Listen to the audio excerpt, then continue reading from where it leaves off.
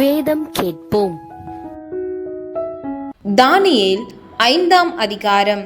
Belshazzar என்னும் ராஜா தன் பிரபுக்களில் 1000 பேருக்கு ஒரு பெரிய விருந்து செய்து அந்த 1000 பேருக்கு முன்பாக திராட்சரசம் குடித்தான்.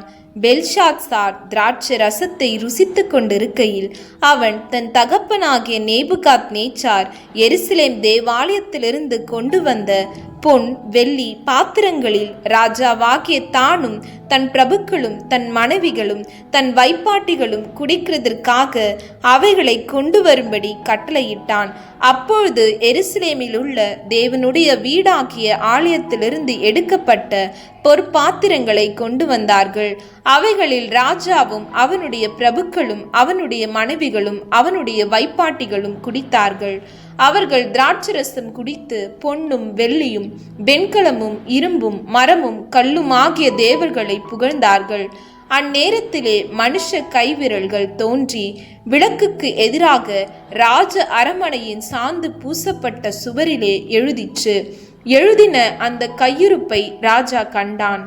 அப்பொழுது ராஜாவின் முகம் வேறுபட்டது. அவனுடைய நினைவுகள் அவனை கலங்க பண்ணினது. அவனுடைய இடுப்பின் கட்டுகள் தளர்ந்தது. அவனுடைய முழங்கால்கள் ஒன்றோடொன்று மோதிக்கொண்டது. ராஜா உரத்த சத்தமிட்டு ஜோசியரையும் கல்தேயரையும் குறி சொல்லுகிறவர்களையும் உள்ளே அழைத்து வரும்படி சொன்னான். ராஜா பாபிலோன் ஞானிகளை நோக்கி, இந்த எழுத்தை வாசித்து இதன் அர்த்தத்தை எனக்கு வெளிப்படுத்துகிறவன் எவனோ அவன் இரத்தாம்பரமும் கழுத்திலே பொற் சரபணியும் தரிக்கப்பட்டு ராஜ்யத்திலே 3ஆம் அதிபதியாய் இருப்பான் என்று சொன்னான். அப்பொழுது ராஜாவின் ஞானிகள் எல்லாரும் வந்து சேர்ந்தார்கள். ஆனாலும் அவர்கள் அந்த எழுத்தை வாசிக்கவும் அதன் அர்த்தத்தை ராஜாவுக்கு தெரிவிக்கவும் கூடாதிருந்தது. அப்பொழுது ராஜாவாகிய பெல்ஷாத்சார் மிகவும் கலங்கினான். அவனுடைய முகம் வேறுபட்டது. அவனுடைய பிரபுக்கள் திகைத்தார்கள். ராஜாவும் அவனுடைய பிரபுக்களும் சொன்னவைகளை ராஜாத்தி கேள்விப்பட்டு விருந்து சாலைக்குள் பிரவேசித்தார். அப்பொழுது ராஜாத்தி, ராஜாவே, நீர் என்றும் வாழ்க. உமது நினைவுகள் உம்மை கலங்க பண்ணவும் உமது முகம் வேறுபடவும் வேண்டியதில்லை. உம்முடைய ராஜ்யத்திலே ஒரு புருஷன் இருக்கிறான். அவனுக்குள் பரிசுத்த தேவர்களுடைய ஆவி இருக்கிறது. உம்முடைய பிதாவின் நாட்களில் வெளிச்சமும் விவேகமும் தேவர்களின் ஞானத்துக்கு ஒத்த ஞானமும் அவனிடத்தில் காணப்பட்டது. ஆகையால் உம்முடைய பிதாவாகிய நேபுகாத் நேச்சார் என்னும் ராஜாவானவர் அவனை சாஸ்திரிகளுக்கும் ஜோசியருக்கும் கல்தேயருக்கும் குறி சொல்லுகிறவர்களுக்கும் அதிபதியாக வைத்தார். ராஜாவினால் பெல்தேஷாத்சார் என்னும் பெயரிடப்பட்ட அந்த தானியேலுக்குள் சொப்பனங்களை வியார்த்தி பண்ணுகிறதும் புதை பொருள்களை வெளிப்படுத்துகிறதும் கருக்களானவைகளை தெளிவிக்கிறதுமான அறிவும் புத்தியும் விசேஷித்த ஆவியும் உண்டென்று காணப்பட்டது. இப்போதும் தானியேல் அழைக்கப்படட்டும், அவன் அர்த்தத்தை வெளிப்படுத்துவான் என்றாள். அப்பொழுது தானியேல் ராஜாவின் முன் உள்ளே அழைத்து வந்து விடப்பட்டான்.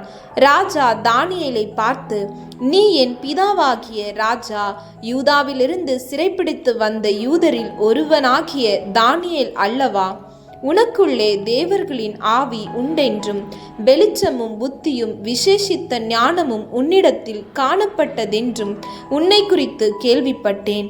இப்போதும் இந்த எழுத்தை வாசிக்கிறதற்கும் இதன் அர்த்தத்தை எனக்கு தெரிவிக்கிறதற்கும் சாஸ்திரிகளும் ஜோசியரும் எனக்கு முன்பாக அழைத்து கொண்டு வரப்பட்டார்கள். ஆனாலும் இந்த வசனத்தின் அர்த்தத்தை வெளிப்படுத்த அவர்களால் கூடாமற் போயிற்று.